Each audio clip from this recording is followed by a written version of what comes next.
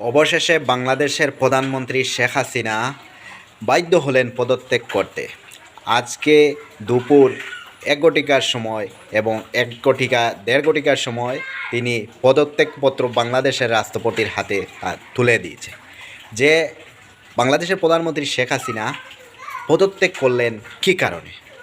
কারণটা হলো বাংলাদেশের যে ছাত্র আন্দোলন, বিগত কয়েকদিন থেকে বাংলাদেশের যে ছাত্র আন্দোলন চলছে, এই ছাত্র আন্দোলনের এই কারণে এত ভয়ানকভাবে ছাত্র আন্দোলন চলছে।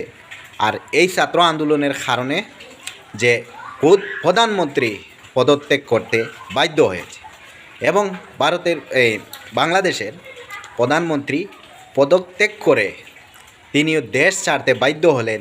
যে ছাত্র শক্তি, যে এটা প্রমাণ হলো যে ছাত্র যে সংগঠনের যে শক্তি বিরাট বড় শক্তি, যে এক দেশের প্রধানমন্ত্রী পদত্যাগ করতে হয়েছে যে ছাত্রর আন্দোলনের কারণে, এমনভাবে ছাত্র আন্দোলন করছে।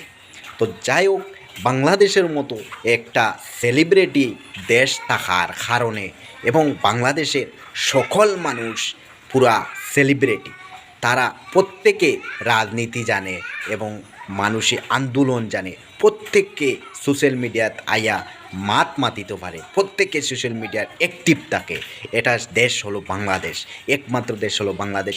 যার কারণে তারা প্রত্যেক অ্যাক্টিভ থাকার কারণে ছাত্রর লগে সাধারণ জনগণেও তারা এই ছাত্রর লগে তাদেরকে সঙ্গ দিয়েছে। যার কারণে এই দেশের প্রধানমন্ত্রীকেও পদত্যাগ করতে বাধ্য হয়েছেন এবং পদত্যাগ করে দেন নিজে শেখ হাসিনা পদত্যাগ করে এই দেশ ছেড়ে পালাচ্ছেন বর্তমানে।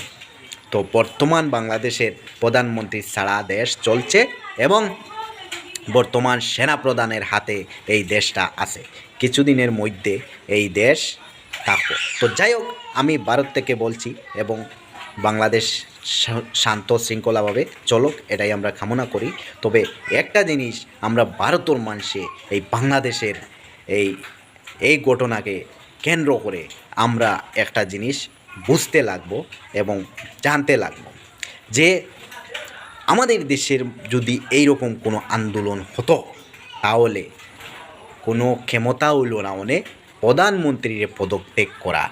তার কারণ হইছে আমাদের দেশ গরিব দেশ এবং এই দেশটা অশিক্ষিত দেশ, যার কারণে এখানের মানুষ অ্যাক্টিভ না।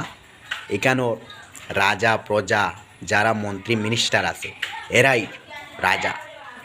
পালের জিও ছাত্র সংগঠন গুলির আগে কুম্বায় উড়িয়া গেলা আমাদের দেশে, সেটা বাংলাদেশের ছাত্র সংগঠন এবং সাধারণ জনগণে দেখাইয়া দিচ্ছ, সেটা বাংলাদেশের প্রধানমন্ত্রী পর্যন্ত